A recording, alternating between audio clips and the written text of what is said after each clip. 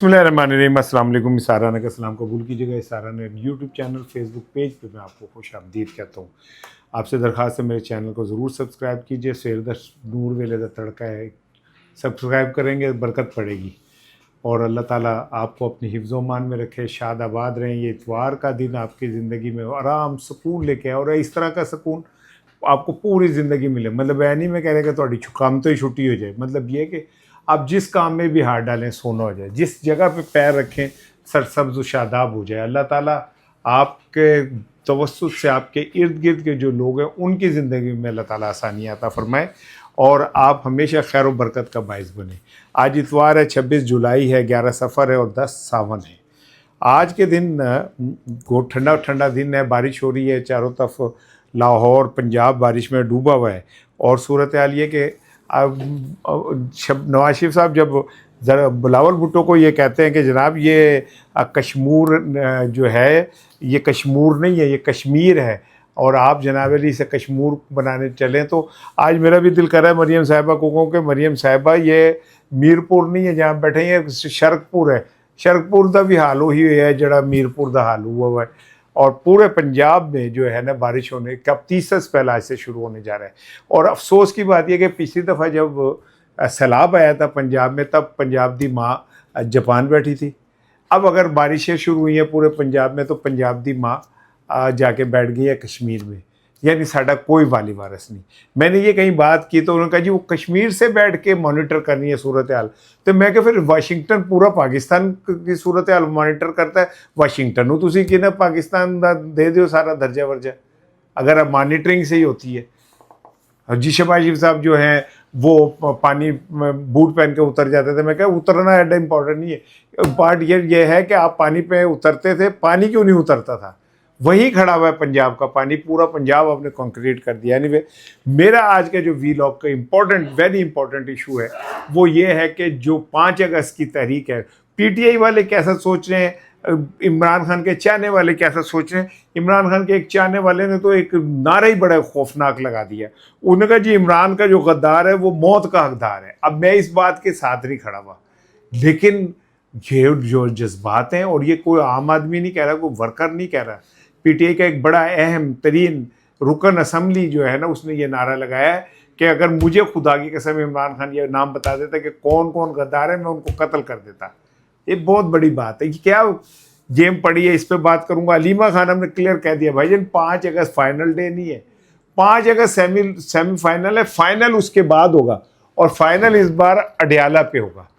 सूरत हाल जो है ना वो मुझे ऐसा लग रहा है कि कुछ थोड़ी सी चेंज हुई है, क्योंकि अलीमा खान के जो लहजे में गुफ्तगू है वो बड़ी दबंग है। इस पे मेरा आज का मेन वीलॉग, मेरी मेन थीम इसी बात के ऊपर है।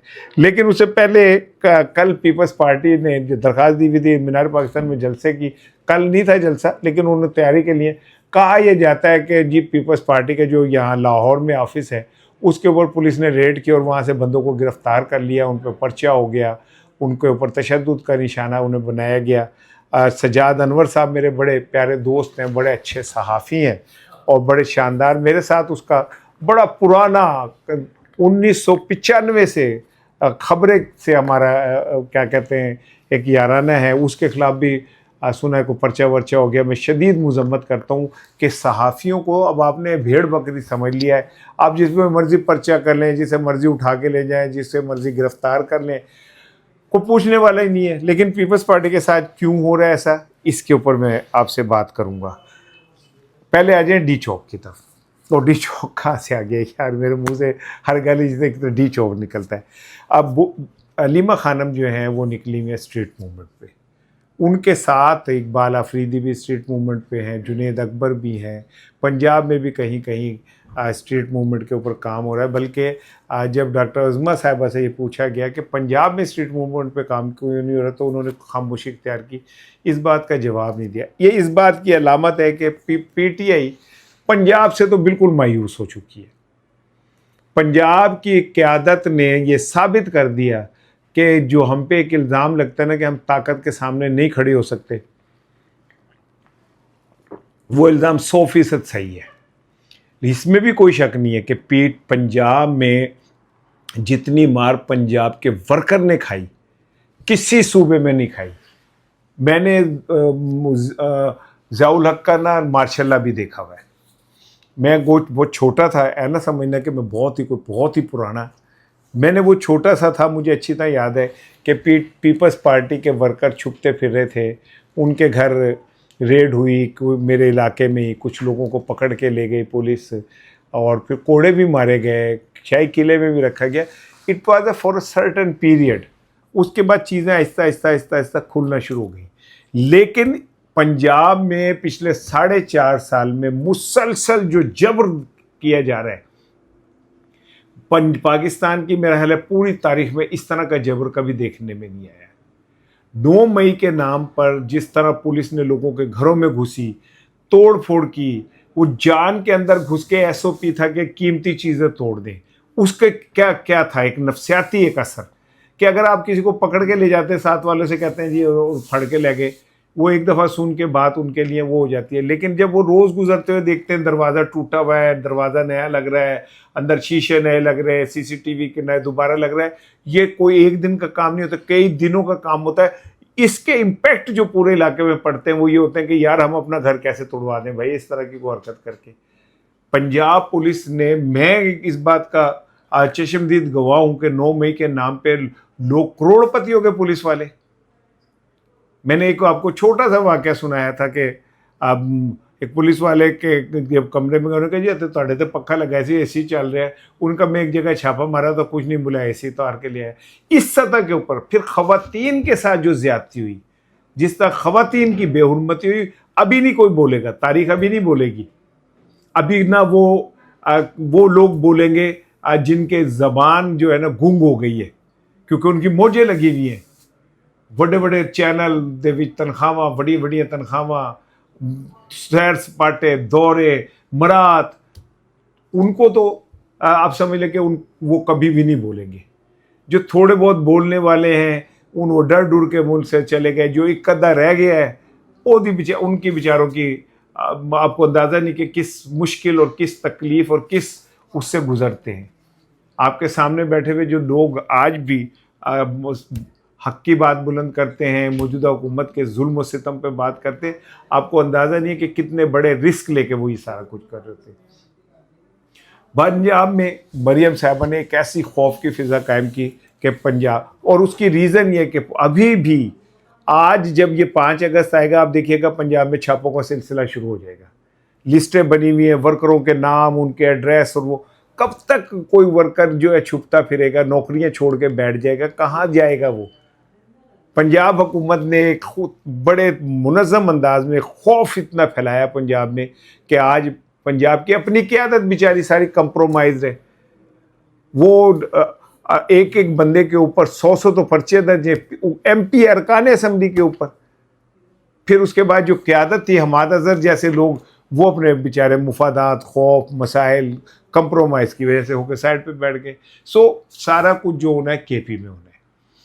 अब हाँ, मैं बात हूँ कि ये जो क्या कहते हैं तैयारियाँ हैं, इसमें अलीमा खानम साहिबा ने आज जो कल गुफ्तगू की, और गुफ्तगू में उन्होंने कहा कि देखिए इस बार जो है हमारा टारगेट D चौक नहीं है, इस बार हमारा टारगेट जो है वो सीधा सीधा अडयाला है।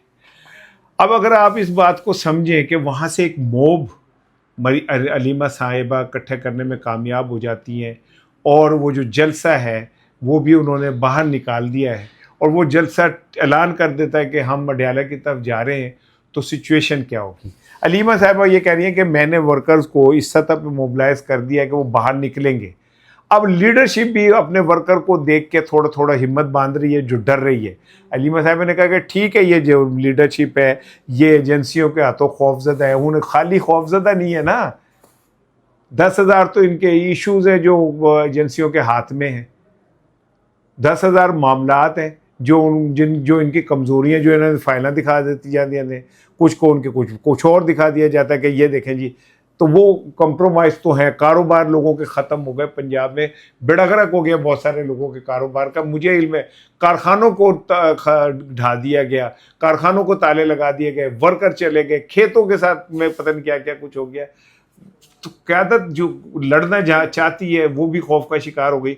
अलीमा साहिबा का कहना है कि अब अवाम तैयार है, अब है लीडरों की बारी। कि वो बाहर निकले और बाहर निकल के अवाम के साथ आए। मैंने खौफ की फ़िज़ा को ख़त्म कर दिया है। दूसरी जानिब उन्होंने सुहेल अफरीदी को भी थपके दिए।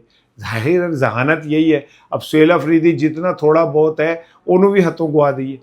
उन्होंने कहा जी सुहेल अफरीदी जो है वो भी 5 अगस्त को एक बहुत बड़ा ऐलान करने जा रहा है ताकि सुहेल अफरीदी को कोई आयमा शाय का मौका ना मिले। हलीमा खानम पूरी तरह एक सियासत खेल रही है। मैं समझता हूँ कि पूरी तरह वो सियासत के ऊपर काम कर रही है और यही वजह है कि अब उस सुहेल अफरीदी साहब के पास भी कोई ऐसे वैसे सच को इधर उधर होने का मौका नहीं है। अब 5 मैं इस तरफ भी आ रहा हूँ कि ये जो इमरान का गद्दार है वो मौत का हकदार है, ये नारा कहाँ से आ गया। लेकिन पहले अभी मैं केपी हुकूमत की तरफ ही रहता हूँ। केपी हुकूमत को इस वक्त 3-4 किस्म के शदीद दबाव का शिकार है। नंबर 1 इस्टेब्लिशमेंट जो केपी हुकूमत को कहती है कि अगर तुमने इस बार ऐसा किया तो तुम्हारे साथ बहुत सारे रास्ते हैं जो हो सकते हैं, अदम एतमाद भी आ सकती है। गंडापुर भी मैदान में, गंडापुर ने कल एक दफ़ा फिर साबित किया कि उनके इस्टेब्लिशमेंट से ताल्लुकात बहुत अच्छे हैं। जब उन्होंने मौलाना फजलुर रहमान के ऊपर खुल के तनकीद की तो उसका एक मतलब ये था कि वो इस्टेब्लिशमेंट की तरफ से अब फजलुर रहमान पे हमला कर रहे थे ताकि इस्टेब्लिशमेंट खुश हो, मुतमिन हो कि जी साढ़े लोग को गल करना अलग है। तो उन्होंने तो अपने नंबर इस्टेब्लिशमेंट में बनाए हुए, नंबर कार्ड सुहेल अफरीदी दे भी नहीं के। सुहेल अफरीदी कहता गंडापुर तो फिर भी बोलता था, मैं तो बोलता भी नहीं हूँ भाईजान, आप क्या कर रहे हैं। लेकिन अब उनके ऊपर एक प्रेशर इस्टेब्लिशमेंट का है, एक प्रेशर अदलिया का है। उनका एक केस जो है वो चला गया है आईनी अदालत में, एक केस तैयार है रेडियो पाकिस्तान वाला, ये वो उन्हें ना अपनी नाअहली सामने नज़र आ रही है और उन्हें ये भी नज़र आ रहा है कि जो सिस्टम इमरान खान को मकबूल तरीन वज़ीर आज़म को उठा के जेल भेज सकता है तो मेरी क्या हैसियत है। तो वो भी ज़रा सहमे हुए, डरे हुए, बच्चा घबरा गया है, बच्चा डर गया है। लेकिन मैं कहता हूँ यार बच्चे की जान लेनी है क्या। आप ये 2 फैक्टर हो गए, तीसरा फैक्टर वो उसकी लीडरशिप है जो उनको डाइजेस्ट नहीं कर दी पाई। और वो कहते हैं कि सुहेल अफरीदी का हम पहले ही कह रहे थे कि ये कंप्रोमाइज़ है। और चौथी जो है ना वर्कर है। सुहेल अफरीदी को पता है कि मैं इन 3 से शायद निपट लूँ, वर्कर से नहीं निपट सकता। वर्कर के जिस दिन हाथ मेरे गिरेबान की तरफ गया मैं कुछ नहीं कर पाऊँगा। सो इन हालात में खिचड़ी तो पकी हुई है और सुहेल अफरीदी को 5 अगस्त को कोई बस खाली लाल बत्ती के पीछे नहीं लगा सकता वो कि मौत और ज़िंदगी कंटेनर बना दिया है। मैंने 60,000 लोग जो हैं उनको मेंबरशिप कर लिया। भाई 60,000 लोगों ने मेंबरशिप कर लिए तो अलीमा जब कहती है 10,000 लोग भेजो डालो तो 60 में से 10 भेज दो ना तुम। वो जो आपने बनाई है इमरान खान के लिए फोर्स, भेज दें 10,000 लोगों को, क्यों नहीं भेजते। यानी फिर नहीं तो गल ही नहीं, मतलब ये बातों की बातें और कुछ नहीं है। अब आ जाए जी, हलीमा खानम साहबा ने तो क्लियरली कह दिया कि जी मैंने 5 अगस्त को अडयाला की तरफ रुख कर लेना है। अब इसके बाद हुकूमत के अंदर भी थोड़ी सी एक पैदा हुई है, थ्रिल पैदा हुई है, थ्रिल नहीं पैदा हुई, तशवीश पैदा हुई है। और वो ये समझते हैं कि अगर ये वाकई उस दिन शो कामयाब हो गया और लोग अडयाला की तरफ चल पड़े तो फिर हमारे पास क्या है, फिर 26 नवंबर होगा, फिर जो है ज़िंदगियाँ दांव पे लगेंगी। ये हुकूमत के कोर्ट में गेंद चली गई, अभी तहरीक शुरू नहीं हुई है यानी पीटीआई की। तो ये सिचुएशन और यही सबसे बड़ी हलीमा खान की कामयाबी है कि उन्होंने एक खौफ जो पार्टी वर्कर में था उसको उनसे बाहर निकालते हुए एक हुकूमत को भी थ्रेट पहुँचा दिया। अब आ जाइए जी इकबाल अफरीदी साहब की। तब मैंने कल भी उनके ऊपर गुफ्तगू की थी, आज फिर मैं दोहरा रहा हूँ कि इकबाल अफरीदी साहब ने जो अपना इंटरव्यू है उसमें एक और जुमला कहा। कल मैंने एक जुमला आपसे शेयर किया था कि इमरान खान ने कहा कि जी मेरी क़यादत जो है पार्टी मेरा कहना नहीं मानती और उनका मैं कुरान पे हाथ रख के कह रहा हूँ कि उन्होंने मुझे कहा। अब नहीं सुन ले बात। इकबाल अफरीदी कहते हैं कि अगर मुझे इमरान खान ने ये बता दिया होता कि वो गद्दार कौन कौन है तो मैं उन्हें कत्ल कर देता। और इमरान का जो गद्दार है वो मौत का हकदार है। यार इतना सख्त जुमला इकबाल अफरीदी साहब, आप ज़रा हाथ होले कर लें यार। आपने तो सीधी सीधी 302 जड़ी है वो खड़ी कर दी है। मेरा ख्याल है कि इकबाल अफरीदी साहब ने शायद जज्बातियत में ऐसी बात की, उनका मकसद ये ना हो। लेकिन जो कहा है अगर आप इसकी बारीकी को समझें तो ये बहुत सारे पीटीआई के लीडरशिप के लिए एक सीधा सीधा थ्रेट है कि अगर आप इमरान खान के साथ गद्दारी करेंगे और इमरान खान की ज़िंदगी के ऊपर कंप्रोमाइज़ करेंगे, उसकी सेहत पे कंप्रोमाइज़ करेंगे तो ਤੁਹਾਡੇ अपना भी कोई गारंटी नहीं दे सकता। हो सकता है उन्होंने जज्बातियत में कहा, हो सकता है उन्होंने बामायनी अंदाज में कहा हो। अच्छा जी, अब आ जाएँ हम पंजाब में। कल पीपल्स पार्टी के साथ बुरा किया और उनके जनाब अली लोगों को गिरफ़्तार किया गया, उनके दफ्तर पे छापा मारा गया, उनके सेक्रेटरी वो जो इंफॉर्मेशन के लोगों को उनको गिरफ़्तार किया गया, वहाँ मीनार पाकिस्तान का दरवाज़ा नहीं खोला गया। मुझे ऐसा लगता है कि मरियम साहिबा ये तय कर चुकी हैं कि चूँकि पंजाब से मेरी गल हो गई है, पंजाब से मेरी गल हो गई है, ज़ाहिर है आप समझ रहे हैं जो मैं कह रहा हूँ, तो मैंने किसी को इतना सा भी मौका नहीं घुसने देना। जैसे बुलावल भुट्टो कहता है ना, मरसू मरसू सिंध ना देसूँ, मरसू मरसू पानी ना देसूँ। पंजाब में भी मुझे लगता है मरियम यही कह रही है कि मैंने तीला नहीं देना। मैंने आपको इससे पहले बताया कि वो अपने सगे चचा को स्पेस देने पर तैयार नहीं, अपने कज़न को, फर्स्ट कज़न को स्पेस देने पर तैयार नहीं। हमजा बेचारे नाराज़ होकर घर बैठ गए। उनके साथ जो अरकान असम्बली राब्ते में होते हैं या उनके दोस्त हैं, उनके को भी ज़िंदगी मुश्किल में हुई है। मुश्किल तो मुराद है वे कि उनको भी कोई घास नहीं डालता। इन हालात में पीपल्स पार्टी जो है वो पंजाब में जलसे का कह रही है। वैसे मैं आपको एक माजी के झरोखे से में ले जाता हूँ, अगर आप इजाज़त दें। व्हेन आई वाज अ झाला, भुट्टो साहब का मैं बहुत बड़ा फ़ैन था, हूँ। भुट्टो की शहीद की मैं इज़्ज़त करता हूँ। वो डेमोक्रेसी के लिए उन्होंने जान दी। वो भी माफ़ी तलाफ़ी करा के सऊदी अरब वगैरह से कहीं बाहर जा सकते, लेकिन वो बाहर नहीं गए। उसके बाद बेनज़ीर भुट्टो ने भी अपने बाप की लेगेसी को आगे लेके चली। हम उनके साथ होते थे। मुझे अच्छी तरह याद है कि लाहौर में मोहतरमा बेनज़ीर भुट्टो के इतने इतने बड़े तारीख़ी जलसे हुए। मैंने जुल्फ़िकार अली भुट्टो का मीनार पाकिस्तान का जलसा भी देखा हुआ है। मैंने जुल्फ़िकार अली भुट्टो का नासिर बाग का भी जलसा देखा हुआ। हालांकि मैं इतना सा था, मतलब विचों मेज़ काट लो थल्ले तिकर, मैं इतना था। लेकिन चूँकि वो एक मेरे अंदर एक कीड़ा जो मौजूद था इतने से बच्चे के अंदर भी, डेमोक्रेसी, जमहूरियत, मुझे उस टाइम कॉन्सेप्ट नहीं क्लियर थे। ये कॉन्सेप्ट क्लियर था कि ये पाकिस्तान हमारे लिए बना है और इसमें हमारे लिए कुछ बेहतरी होनी चाहिए। बहरहाल मुझे वो जलसे याद हैं। मुझे मोहतरमा बेनज़ीर भुट्टो का वो इस्तकबाल भी याद है 1986 का, कि एयरपोर्ट से मीनार पाकिस्तान तक सर थे। और आज सूरत हाल ये कि पंजाब में पीपल्स पार्टी का नाम लेने वाला कोई नहीं है। आलम यह है कि इलेक्शन जो लोग लड़ते हैं वो कहते हैं हम जरदारी की तस्वीर नहीं लगा सकते। इससे हमें नेगेटिव लोगों के रिमार्क्स मिलते हैं। वो पीपल्स पार्टी जिसका इतना अरूज था, आज आलम यह है कि लाहौर में जलसा उनके लिए एक खुद बहुत बड़ा इम्तहान है। इससे एक बात साबित होती है कि जो पार्टियां अपने वर्कर की इज्जत नहीं करती और जो पार्टियां अपने मंशूर से, नज़्बुल ऐन से फिर जाती है, उनका हाल बुरा होता है। 4.5 साल हो गए पीटीआई को मार खाते हुए। इसलिए पीटीआई जिंदा है कि गौहर, बैरिस्टर गौहर जिंदा है, इसलिए नहीं जिंदा। ये सलमान अकरम राजा जिंदा है, इसलिए नहीं जिंदा। इसलिए जिंदा है कि इमरान खान की आइडियालॉजी जिंदा है। इमरान खान जेल के अंदर बैठ के अपनी आइडियालॉजी की कीमत अदा कर रहे हैं, इसलिए पीटीआई जिंदा है। ये टीएलपी एक सेकंड में पूरा पाकिस्तान बंद हो जाता था उनके कहने पे। किधर है?